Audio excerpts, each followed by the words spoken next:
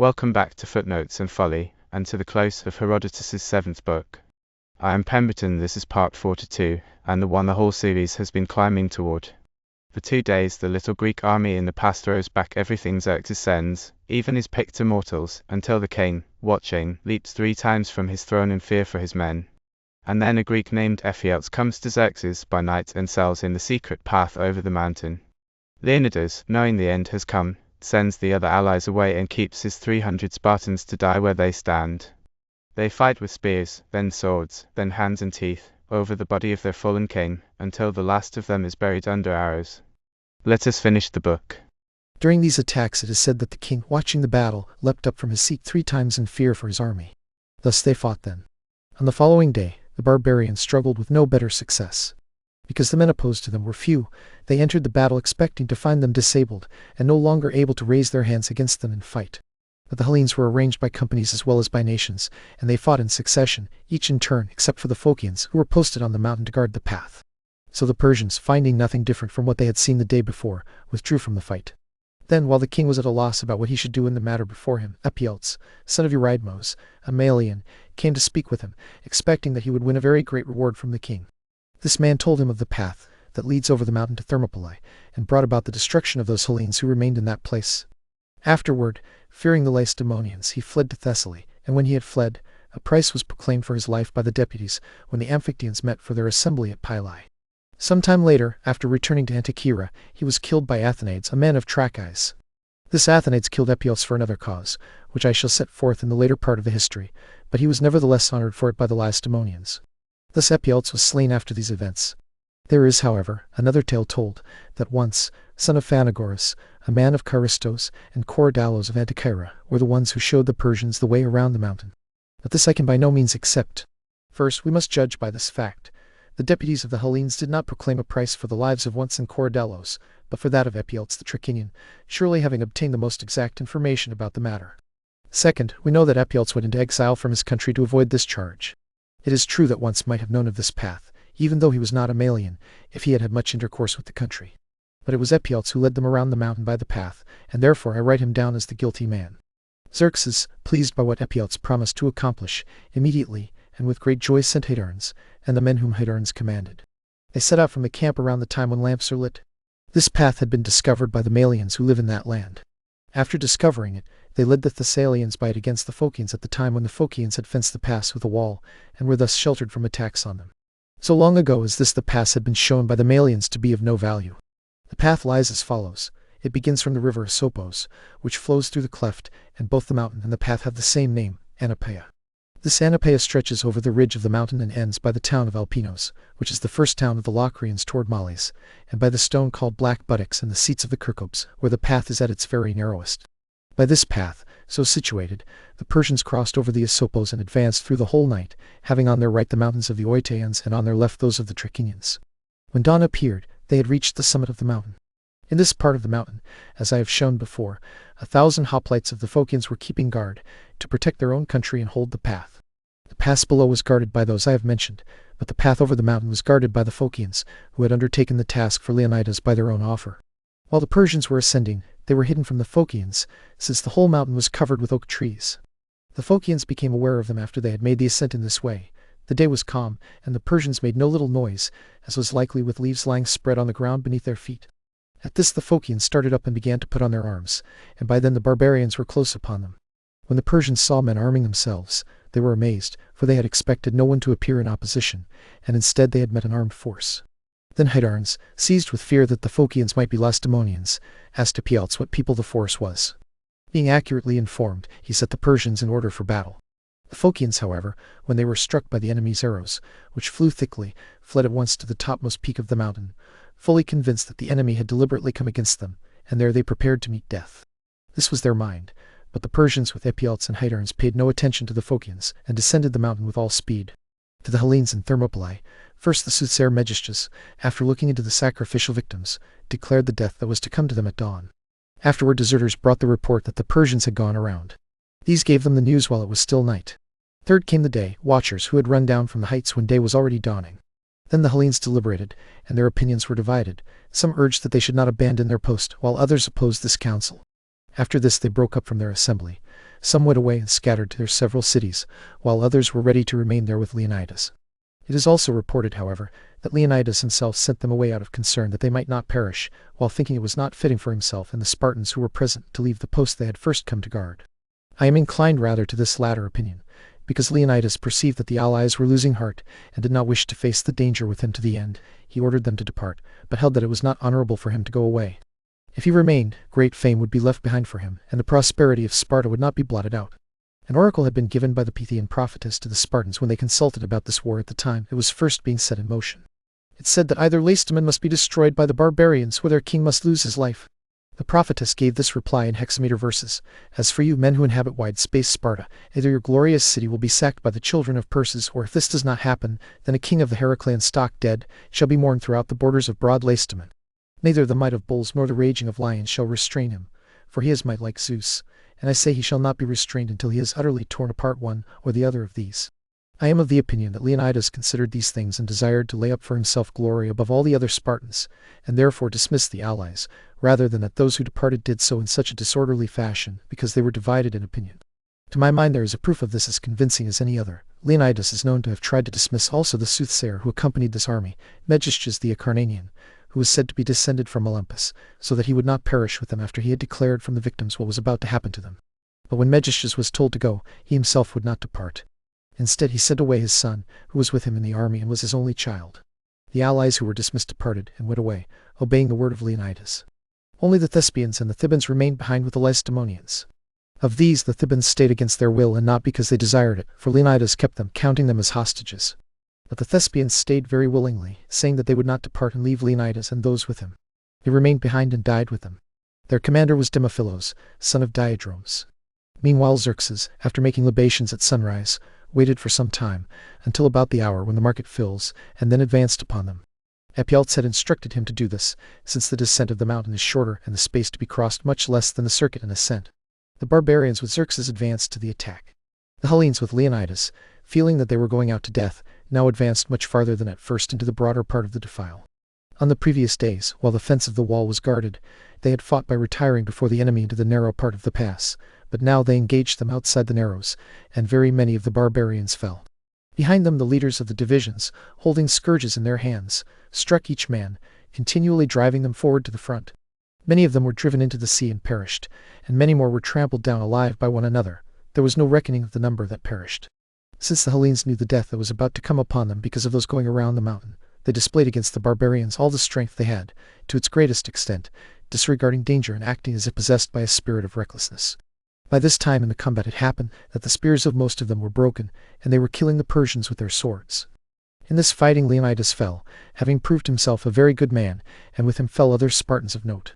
I was informed of their names as men who had proved themselves worthy, and indeed I was told the names of all the 300.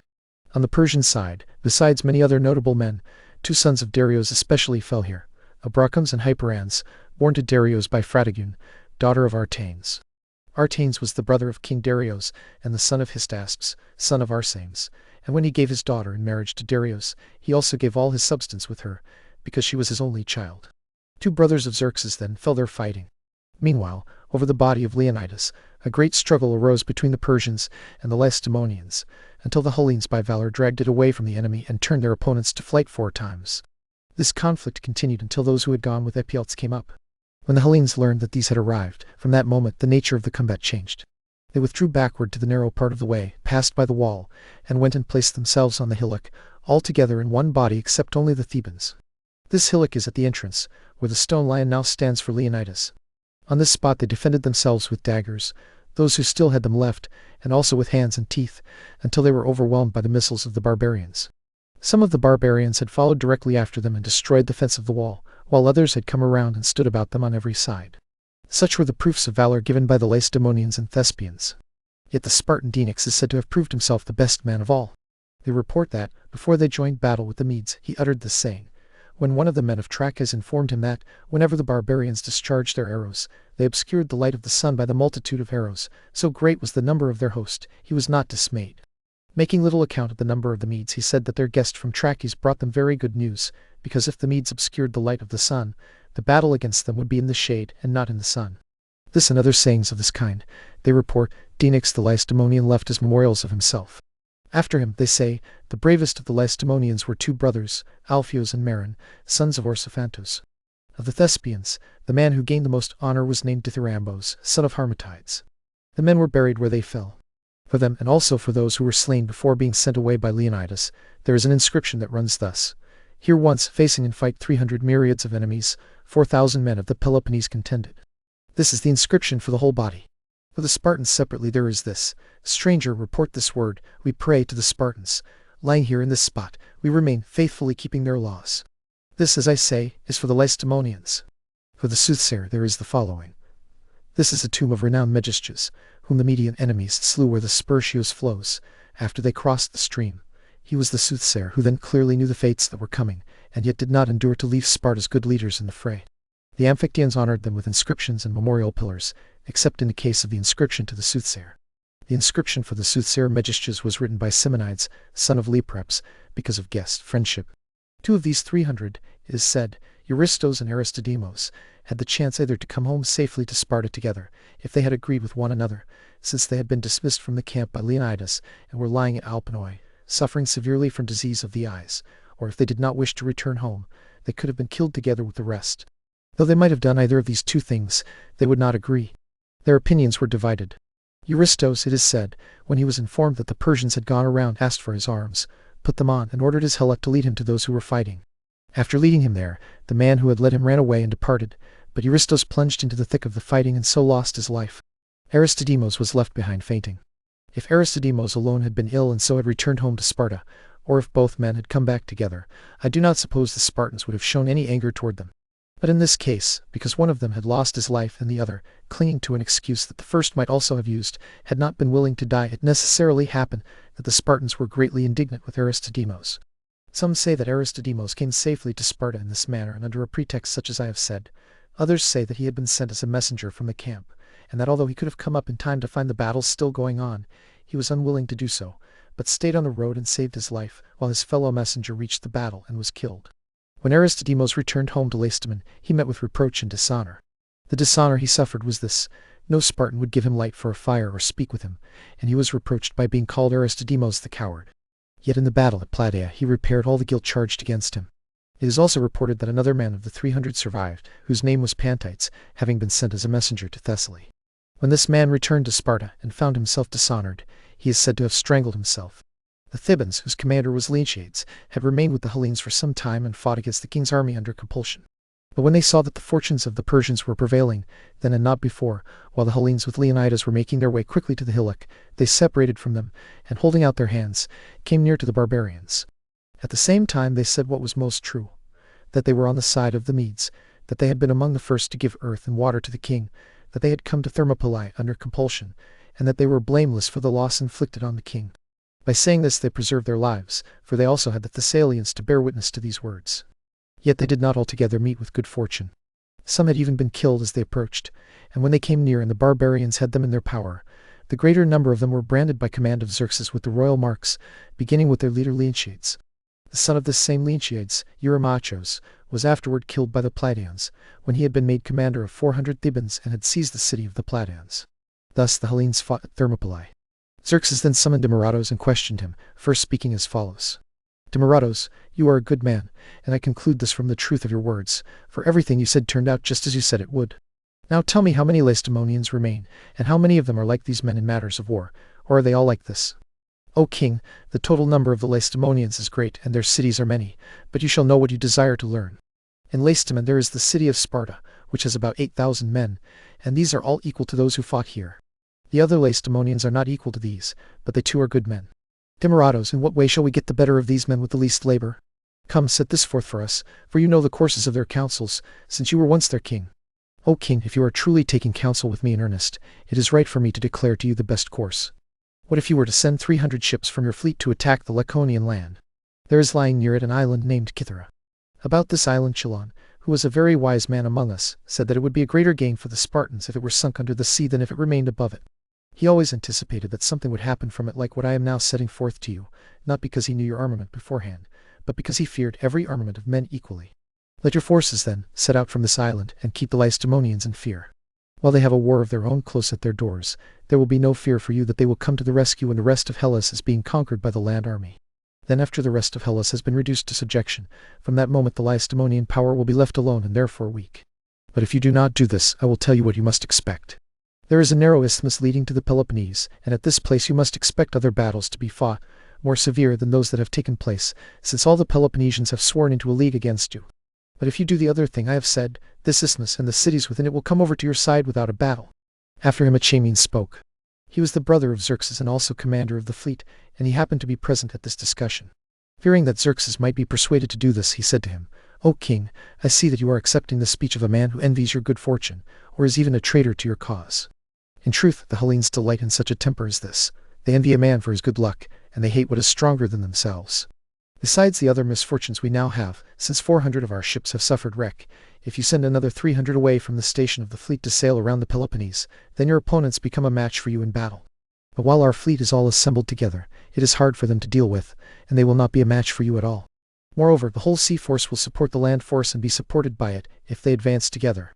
But if you divide them, you will not be of service to them, nor they to you. My decision is rather to set your own affairs in good order, and not to consider the affairs of the enemy, where they will set the war in motion, what they will do, or how many they are. It is enough that they take thought for themselves, and that we likewise take thought for ourselves. If the Lacedaemonians come to stand against the Persians in battle, they will surely not heal the wound from which they are now suffering." Xerxes answered him as follows.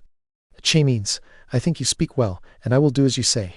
But Demaratus speaks what he believes to be best for me, though his opinion is defeated by yours. I will certainly not accept what you said, that he is not well disposed to my cause. I judge this both from what he said before and from the truth of the matter. One citizen envies another citizen for his good fortune and shows hostility to him by his silence, nor would a citizen, when a fellow citizen consulted him, suggest what seemed to him best unless he had reached a great height of virtue, and such men are doubtless few. But a guest, friend to a guest, friend in prosperity is better disposed than anything else on earth, and if his friend consults him, he will give him the best counsel. Therefore, as for speaking evil against Demaratus, that is, against one who is my guest, friend, I command everyone to abstain from it in the future." Having said this, Xerxes reviewed the bodies of the dead. As for Leonidas, when he heard that he had been the king and commander of the Lacedaemonians, he ordered them to cut off his head and crucify him. It has been made plain to me by many other proofs, and by none more strongly than by this, that King Xerxes was enraged with Leonidas while he was alive more than with any other man on earth. Otherwise he would never have committed this outrage against his corpse, since of all the men I know, the Persians are most accustomed to honor those who are good men in war. Those to whom it was appointed to do these things then proceeded to do them. I will now return to the point of my narrative where it was left unfinished. The Lacedaemonians had been informed before all others that the king was preparing an expedition against Hellas, and so it happened that they sent to the oracle at Delphi, where the reply was given to them that I reported shortly before this. They obtained this information in a strange manner. Demaratus, son of Arison, after fleeing for refuge to the Medes, was not friendly to the Lacedaemonians, as I believe and as probability suggests in support of my opinion. But it is open to anyone to conjecture whether he did the following thing in a friendly spirit or in malicious triumph over them. When Xerxes had resolved to make a campaign against Hellas, Demaratus was in Susa and learned of this. He desired to report it to the Lacedaemonians. Since he could signify it in no other way, because there was danger that he would be discovered, he contrived this. He took a folding tablet and scraped off the wax on it. Then he wrote the king's plan on the wood of the tablet. After doing this, he melted the wax and poured it over the writing, so that the tablet, being carried with no visible writing on it, would cause no trouble from the guards of the road.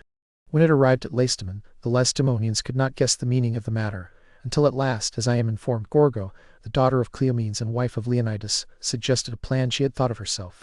She told them to scrape off the wax, and they would find writing on the wood. They did as she said, found the writing, and read it. After that they sent notice to the other Hellenes. These things are said to have happened in this manner. And the book 7 ends, in the pass of Thermopylae, with a stone over the dead and an epitaph that has never been better to tell them, pass by, that we lie here obedient to their words.